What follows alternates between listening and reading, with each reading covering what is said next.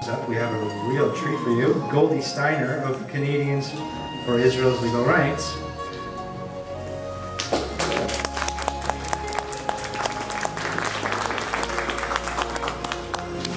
Good evening, everyone, and thank you for coming out tonight. I ask that you listen to tonight's informative presentation with an open mind, regardless of your personal political orientation.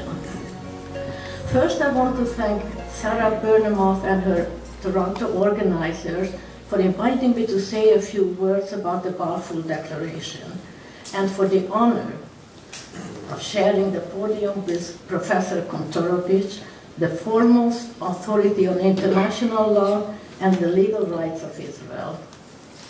Dear friends, those of you who know Solomon Ben Zimbra, may he rest in peace, and those who didn't know him, I'm here to pay homage to my dear departed partner and Canadians for Israel's Legal Rights, my friend and soulmate.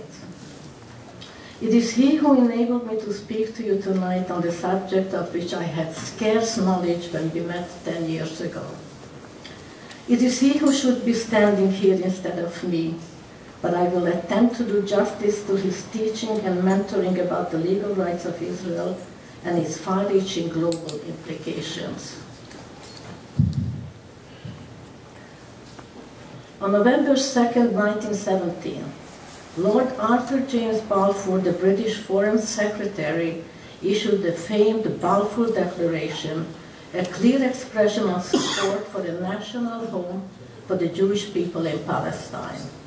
It was delivered to Lord Walter Dartchild, the unofficial leader of the Jewish community. The Balfour Declaration is only a letter of intent, as opposed to the belief of some who think that it is Israel's birth certificate or her Magna Carta.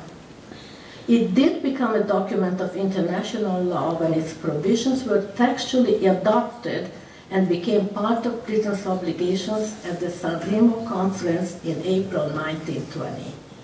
And later it was included in the Mandate for Palestine.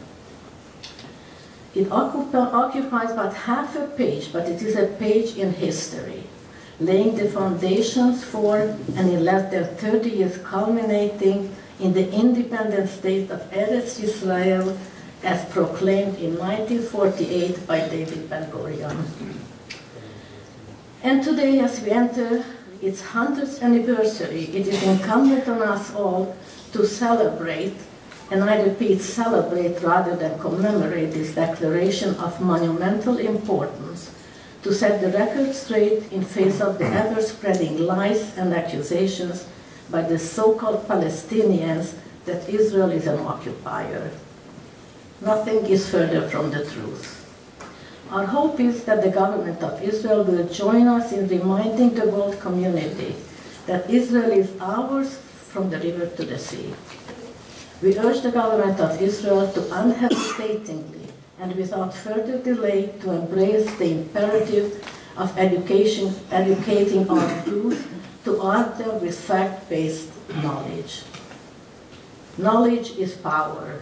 It is a power second only to military power when it comes to defending ourselves against the increasing onslaught of lies, not only by the hateful Palestinians bent on eliminating the state of Israel, but their cohorts, the European Union, the United Nations, and sadly, also by the present American establishment.